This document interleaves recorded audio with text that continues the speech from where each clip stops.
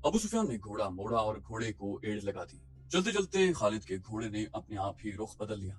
खालिद बिन वलीद ने घोड़े को न रोका। वो समझ गया कि घोड़े ने पानी की मुश्क पा ली है। कुछ दूर जाकर घोड़ा नीचे उतरने लगा। खालिद को ये मकाम याद आ गया। जंग ओहद के बाद वापसी पर कुरैश ने कुछ देर वहां कयाम किया था। नीचे पानी का खासा जखीरा मौजूद था। घोड़ा बड़ा तेजी से घाटी उतर गया और पानी पर जा रुका।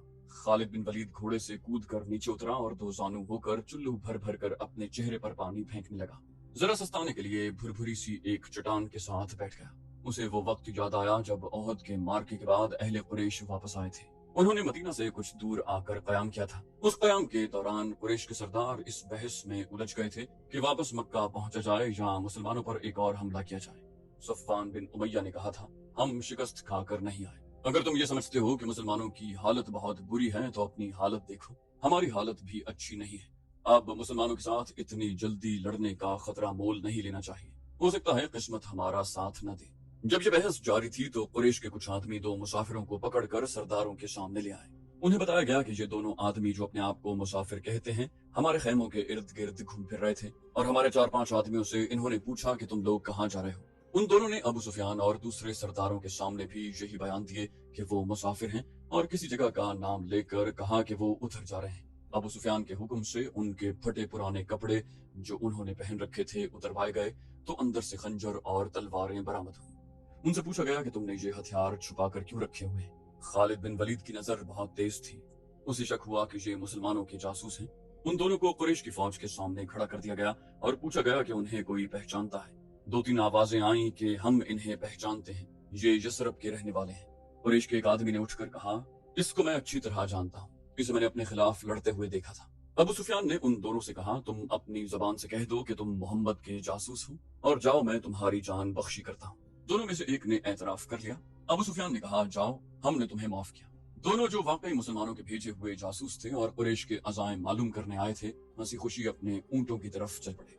अबू सुफियान के इशारे पर कई एक तीर अंदाजों ने कमानों में तीर डाले और पीछे से उन दोनों मुसलमानों पर चला दिए। दोनों कई कई तीर अपने जिस्म में लेकर गिरे, फिर उठ न सके। अबू सुफियान ने अपने करीब खड़े सरदारों से कहा, क्या तुम इसका मतलब समझते हो? जासूस भेजने का मतलब यह है कि मुसलमान हारे नहीं, वो अभी या कुछ ही अरसे के बाद हम पर हमला करने का इरादा रखते हैं। फौरन मक्के को कूच करो और अगली जंग की तैयारी करो। अगले रोज रसूल अकरम सल्लल्लाहु अलैहि वसल्लम को किसी ने आकर बताया कि अहले कुरैश ने जहां पड़ाव किया था वहां अपने दोनों जासूसों की लाशें पड़ी हैं और अहले कुरैश मक्का को रवाना हो गए। खालिद बिन वलीद ने ये पहली जंग लड़ी थी, लेकिन वो समझता था कि वो मुसलमानों को शिकस्त नहीं दे सका है। आज 4 बरस के बाद वो इस सोच में गर्क था कि मुसलमानों की ये ताकत आम इंसानों की ताकत नहीं थी। कोई राज है जिसे वो अभी तक नहीं पा सका। उसे अहले कुरैश की कुछ खामियां याद आने लगी। कुछ बातें और कुछ आमाल उसे अच्छे नहीं लग रहे थे। उसे यहूदियों की 2 बड़ी खूबसूरत औरतें भी याद आईं जो अहले कुरैश के सवारों में घुल मिल गईं। वो जानता था कि यहूदी अपने निस्वानी हुस्न के जादू से अहले कुरैश पर छा जाने की और उन्हें मुसलमानों के खिलाफ इस्तेमाल करने की कोशिश कर रहे हैं। ये तरीका उसे पसंद न था। लेकिन उनमें से एक औरत एक रोज खालिद से मिली तो खालिद ने महसूस किया कि ये औरत जो कुछ कह रही है उसमें अक्ल व दानिश है। उस औरत के हुस्न जवानी का अपना एक असर था, लेकिन तिलिस्म जो उसकी जबान में था उसका असर खालिद ने भी महसूस किया। कुछ देर तक ये औरत खालिद के ख्यालों पर छाई रही। उसका घोड़ा हिनहिनाया तो खालिद जैसे ख्वाब से बेदार हो गया। वो तेजी से उठा, घोड़े पर सवार हुआ और फिर मदीना के रास्ते पर हो लिया। वलीद का बेटा खालिद शहजादा था, ऐशो इशरत का भी दिलदादा था, लेकिन फन हर्ब ज़र्ब का जुनून ऐसा था कि ऐशो इशरत को उस जुनून पर हावी नहीं होने देता था। मदीना की तरफ जाते हुए उसे वो हसीन जमील यहूदन याद आई जिसका नाम यूहावा था। उसने उस यहूदन को जहन से निकाल दिया, लेकिन यूहावा रंग बिरंगी तितली बनकर उसके जहन में उड़ती रही। खालिद उसे जहन से न निकाल सके। खालिद के जहन में उड़ती हुई उस तितली के रंग फीके पड़ने लगे, फिर तमाम रंग मिलकर सुर्ख हो गए, खून जैसे सुर्ख। ये एक भयानक याद थी। खालिद ने उसे जहन से उगल देने की बहुत कोशिश की, लेकिन तितली जो जहरीली भेड़ बन गई थी उसके जहन से न निकली। ये मार्का ओहद के 3-4 माह बाद का एक वाकया था। ये एक साजिश थी जिसमें वो शरीक था, लेकिन वो कबीले कुरैश का एक बड़ा ही अहम फर्द था। मुसलमानों के खिलाफ किसी साजिश में शरीक न होने के बावजूद वो दावा नहीं कर सकता था कि वो उसमें शरीक न था। मार्के ओहद में जख्मी होने वाले बाज अहले कुरैश के जख्म अभी ठीक नहीं हुए थे कि एक रोज खालिद को खबर मिली कि मदीने से 6 मुसलमान तबलीग इस्लाम के लिए रजी की तरफ जा रहे थे कि अफान से थोड़ी दूर एक गैर मुस्लिम कबीले ने उन्हें रोक लिया और उनमें से 2 को मक्का लाया गया और उन्हें नीलाम किया जा रहा है। खालिद दौड़ता हुआ वहां गया। वो दो मुसलमान खुबैब बिन अदी और जैद बिन दसिन्ना थे। खालिद दोनों को जानता पहचानता था। वो उसी के कबीले के अफराद हुआ करते थे। उन्होंने इस्लाम कबूल कर लिया था। उनमें हुब्बे रसूल सल्लल्लाहु अलैहि वसल्लम का ये आलम था कि रसूल खुदा पर जाने कुर्बान करने को तैयार रहते थे। रसूल खुदा सल्लल्लाहु अलैहि वसल्लम उन्हें बहुत अजीज रखते थे। खालिद ने देखा कि उन्हें एक चबूतरे पर खड़ा कर दिया गया था और इर्द गिर्द अहले कुरैश का हुजूम था। एक गैर मुस्लिम कबीले के 4 अफराद उनके पास खड़े थे। दोनों के हाथ रस्सियों से बंधे हुए थे। एक आदमी चबूतरे पर खड़ा ऐलान कर रहा था, ये दोनों मुसलमान हैं। ये दोनों ओहद में तुम्हारे खिलाफ लड़े थे। इनके हाथों तुम्हारे अजीज और खून के रिश्तेदार मारे गए थे। है कोई जो इंतकाम की आग बुझाना चाहता है? इन्हें खरीदो, इन्हें अपने हाथों से कत्ल करो और खून के बदले खून बहाओ। ये आदमी सबसे ऊंची बोली देने वाले को मिलेंगे। एक आवाज आई, 2 घोड़े। बोलो, बढ़कर बोलो। 2 घोड़े, 1 ऊंट। एक और आवाज आई। बोली लगाने वाला बोला, घोड़ों और ऊंटों को छोड़ो, सोने में बोली दो, सोना लाओ। दुश्मन के खून से इंतकाम की प्यास बुझा। वो लोग जिनके करीबी रिश्तेदार ओहद की लड़ाई में मारे गए थे बढ़ चढ़कर बोली दे रहे थे। खुबैब रज़ियल्लाहु अन्हु और ज़ैद रज़ियल्लाहु अन्हु चुपचाप खड़े थे। उनके चेहरों पर खौफ न था, घबराहट नहीं थी, हल्की सी बेचैनी भी नहीं थी।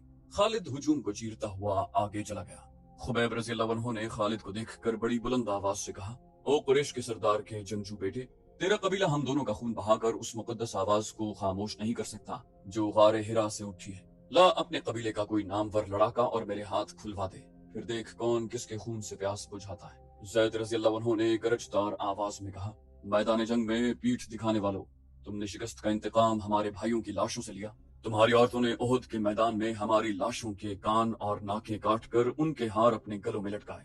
आज 4 बरस के बाद मदीने की तरफ जाते हुए खालिद बिन वलीद को खुबैब और ज़ैद रज़ियल्लाहु अन्हु की ललकार और ताने साफ सुनाई दे रहे थे। वो ज़ैद रज़ियल्लाहु अन्हु के ताने को बर्दाश्त नहीं कर सका था। आज 4 बरस के बाद उसे ये ताना याद आया तो भी उसके जिस्म ने झुरझुरी ली। उसे ओहद के मैदान का वो मंजर याद आया जब अबू सुफियान की बीवी हिंद ने हमजा रज़ियल्लाहु अन्हु की लाश का कलेजा निकालकर अपने मुंह में डाल लिया और फिर चबाकर उगल दिया। उसी औरत ने अपने साथ की औरतों से कहा था कि वो मुसलमानों की लाशों के कान और नाकें काट लाएं। उन औरतों ने उसके आगे कानों और नाकों का ढेर लगा दिया था। हिंद ने उन कानों और नाकों का हार बनाया और अपने गले में डाल लिया और वो पागलों की तरह मैदान में एक गीत गाती और नाचती फिरती रही। उस मंजर को उसके खावंद अबू सुफियान ने पसंद नहीं किया था। खालिद ने तो नफरत से मुंह फेर लिया। 3-4 माह बाद 2 मुसलमान जिनके हाथ रस्सियों से बंधे हुए थे उसे ताने दे रहे थे। वो अच्छे तरीके से इंतकाम लेने वाला आदमी नहीं था। वो यहाँ से खिसक आया और अहले कुरैश के हुजूम में गुम हो गया। उसे उस कबीले का एक आदमी मिल गया जो उन 2 मुसलमानों को पकड़ लाया था। किसी भी तारीख में उस कबीले का नाम नहीं है। मौरखों ने भी हशाम के हवाले से एक जंगजू कबीला लिखा है जो कुरैश का इत्तेहादी था। खालिद ने उस जंगजू कबीले के उस आदमी से पूछा कि उन 2 मुसलमानों को किस तरह पकड़ा गया। उस आदमी ने कहा, खुदा की कसम, कहो तो हम इन मुसलमानों के रसूल को पकड़ लाएं और नीलामी के लिए चबूतरे पर खड़ा कर दें। खालिद ने कहा, तुम जो काम नहीं कर सकते उसकी कसम न खाओ। मुझे बताओ कि इन दोनों को कहां से पकड़ा गया है। उस शख्स ने जवाब दिया, ये 6 थे। हमने ओहद में मारे जाने वालों का इंतकाम लिया है। आइंदा भी ऐसे ही इंतकाम लेते रहेंगे। हमारे कबीले के कुछ आदमी मदीने में मोहम्मद के पास गए और कहा कि वो इस्लाम कबूल करने आए हैं। उन्होंने ये भी कहा कि उनका पूरा कबीला इस्लाम कबूल करने का इरादा कर चुका है, लेकिन पूरा कबीला मदीना नहीं आ सकता। हमारे उन आदमियों ने मोहम्मद से कहा कि उनके साथ चंद एक मुसलमानों को उनके कबीले में भेजा जाए जो पूरे कबीले को मुसलमान करे और फिर कबीले को मजहबी तालीम देने के लिए कुछ अरसा वहां रहे।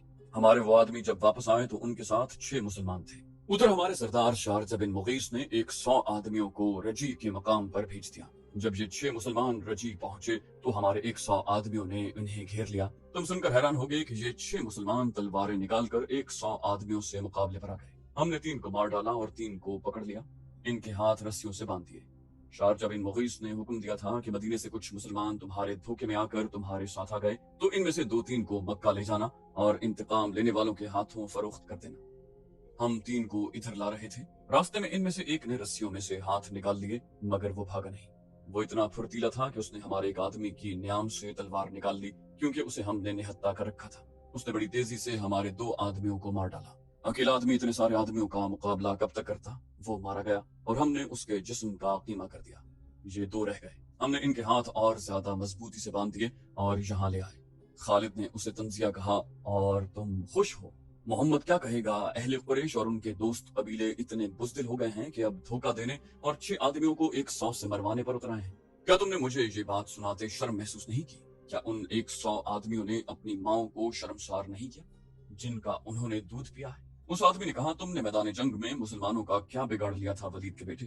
क्या तुम मोहम्मद की ताकत का मुकाबला कर सकते हो? बदर में 1000 कुरैश 313 मुसलमानों से मार खाए थे। उहुद की लड़ाई में मोहम्मद के पैरोकार कितनी तादाद में थे? 700 से कम होंगे, ज्यादा नहीं। कुरैश कितने थे? हजारों। सुन खालिद बिन वलीद, मोहम्मद के हाथ में जादू है। जहां जादू चलता है वहां तलवार नहीं चल सकती। फिर तेरी तलवार किस तरह चल गई? खालिद ने पूछा, अगर मोहम्मद के हाथ में जादू है तो वो तुम्हारे सरदार शारजा बिन मुगीस के धोखे में किस तरह आ गया? उसके 4 आदमियों को किस तरह मार डाला? इन 2 को मोहम्मद का जादू आजाद क्यों नहीं करवा देता? तुम जिस चीज का मुकाबला करने की जरूरत नहीं रखते उसे जादू कह देते हो। शारजा बिन मुगीस के कबीले के आदमी ने कहा, हमने जादू को जादू से काटा है। हमारे पास यहूदी जादूगर आए थे, उनके साथ 3 जादूगरनियां भी थी। उनमें से एक का नाम यूहावा है। हमने अपनी आंखों से देखा है, एक घनी झाड़ी में से एक बर्छी जमीन से सरकती हुई बाहर आई। ये बर्छी झाड़ी में वापस चली गई और सांप बनकर वापस आई, और वो सांप फिर वापस झाड़ी में चला गया। मदीने की तरफ जाते हुए खालिद को ये वाकया याद आ रहा था। वो उसे याद नहीं करना चाहता था, लेकिन जहरीली भीड़ों की तरह ये याद उसके ऊपर भिनभिनाती रही। उसे यूहावा याद आई। वो जादूगरनी थी या नहीं? उसके हुस्न में, जिस्म की साख्त, मुस्कुराहट और बोलने के अंदाज में जादू था। उसने शारजा बिन मुगीस के उस आदमी के मुंह से यूहावा का नाम सुना तो वो चौंका। मार्का उहुद खत्म हो चुका था। मैदान जंग की हौलनाकी में से हिंद की बुलंद और मुतरन्नम आवाज सुनाई थी। मौरिख इब्ने हिशाम के मुताबिक उसने तरन्नुम से जो नगमा गाया उसके अल्फाज कुछ इस तरह थे, हमने बदर के मार्के का हिसाब बराबर कर लिया। एक खूरेज मार्के के बदले हमने एक खूरेज मार्का लड़ लिया। उतबा का गम मेरी बर्दाश्त से बाहर था। उतबा मेरा बाप था।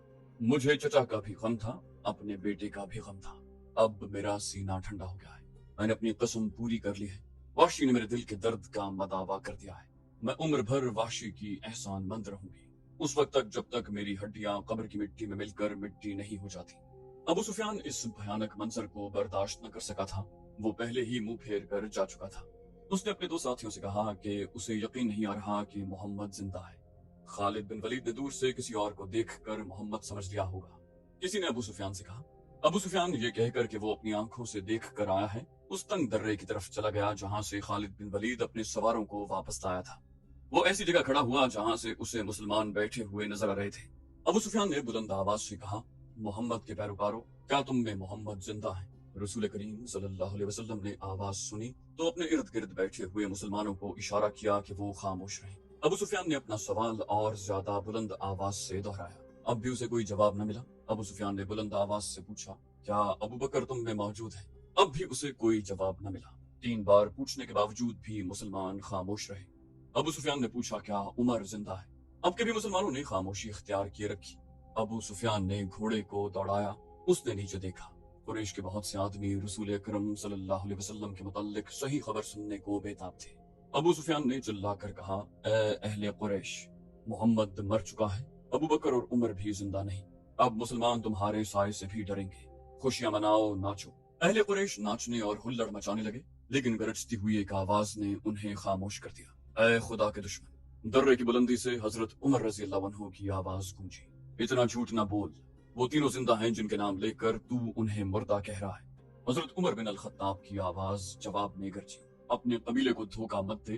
तुझे तेरे गुनाहों की सजा देने के लिए हम सब जिंदा हैं। अबू सुफियान ने तंजिया कहा लगाया और बुलंद आवाज से बोला, इब्न अल खत्ताब, तेरा खुदा तुझे हमसे महफूज रखे। क्या तू अब भी हमें सजा देने की बात कर रहा है? क्या तू यकीन से कहता है कि मोहम्मद जिंदा है? हजरत उमर बिन अल खत्ताब की आवाज जवाब में गरजी, अल्लाह की कसम, हमारे नबी अलैहिस्सलाम जिंदा है। अल्लाह के रसूल तुम्हारा एक एक लफ्ज सुन रहे हैं। अरबों में रिवाज था कि एक मार्का खत्म होने के बाद दोनों फरीकों के सरदार या सालार एक दूसरे पर तानों और फप्तियों के तीर बरसाया करते। अबू सुफियान उसी दस्तूर के मुताबिक दूर खड़ा हजरत उमर रज़ी अल्लाह अन्हु से हम कलाम था। अबू सुफियान ने कहा, तुम हुबुल और उज़ा की अजमत को नहीं जानते। हजरत उमर रज़ी अल्लाह अन्हु ने रसूल अकरम सल्लल्लाहु अलैहि वसल्लम की तरफ देखा। आप अलैहिस्सलाम ऊंचा बोल नहीं सकते थे। आपने हजरत उमर को बताया कि वो अबू सुफियान को क्या जवाब दे। हजरत उमर रज़ी अल्लाह अन्हु ने बुलंद आवाज से कहा, ओ बातिल के पुजारी, अल्लाह की अजमत को पहचान जो सबसे बड़ा और सबसे ज्यादा ताकत वाला है।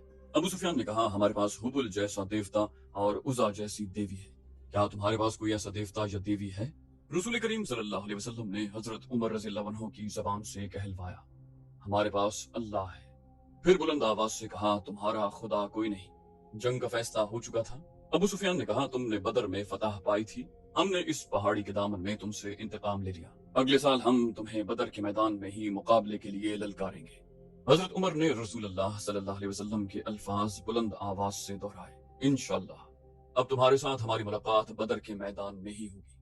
ابو سفیان نے گھوڑا موڑا، گھوڑا 2 قدم ہی چلا ہوگا کہ اس نے گھوڑے کو روک دیا۔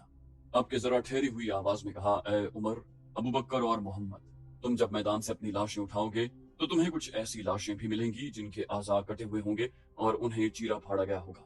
خدا کی قسم میں نے کسی کو ایسا کرنے کا حکم نہیں دیا تھا، اور میں نے تمہاری لاشوں کے ساتھ یہ سلوک بالکل بھی پسند نہیں کیا۔ اگر اس کا الزام مجھ پر عائد کرو گے تو میں اسے اپنی توہین سمجھوں گا۔